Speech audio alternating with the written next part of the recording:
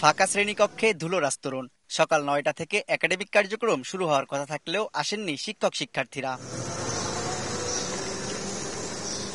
প্রায় আড়াই মাস বন্ধ থাকার পর খুলনা প্রকৌশল ও প্রযুক্তি বিশ্ববিদ্যালয়ে ক্লাস শুরু হওয়ার কথা থাকলেও ক্লাসে না ফেরার সিদ্ধান্তে অনড় রয়েছে শিক্ষক সমিতি।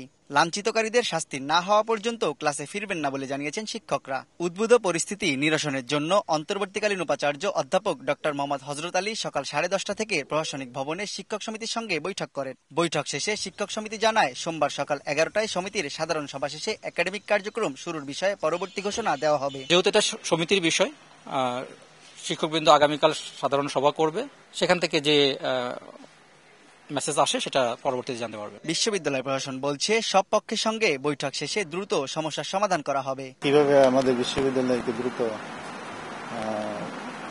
একাডেমিক কার্যক্রম শুরু করা যায় সেই নিয়ে চিন্তা ভাবনা করতেছেন এবং আশা করি যে আমরা 2-1 দিনের মধ্যে পাবো, সিদ্ধান্ত পেয়ে যাব।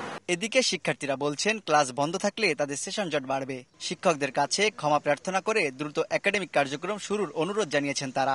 স্টুডেন্টরা চেষ্টা করতেছে টিচারদের সাথে সম্পর্ক স্বাভাবিক করার এবং যত দ্রুত সম্ভব ক্লাসে ফিরে যাওয়া। বিচার প্রক্রিয়াটা অবশ্যই নতুন তদন্ত কমিটি তৈরি করে তাদের আন্ডারে সুষ্ঠু তদন্তের মাধ্যমে সুষ্ঠু বিচার আমরা চাই। শিক্ষার্থীদের আন্দোলনের মুখে গত 25 এপ্রিল কুয়েটের উপাচার্য অধ্যাপক ডক্টর মোহাম্মদ মাসুদ এবং উপ উপাচার্য অধ্যাপক ডক্টর শেখ শরীফুল আলমকে অব্যাহতি দেয় শিক্ষা মন্ত্রণালয়। 1 মে কুয়েটের ভারপ্রাপ্ত উপাচার্য হিসেবে নিয়োগ পান চট্টগ্রাম প্রকৌশল ও প্রযুক্তি বিশ্ববিদ্যালয়ের পুরকৌশল বিভাগের অধ্যাপক মোহাম্মদ হযরত আলী। তানজিম আহমেদ, সময় সংবাদ, খুলনা।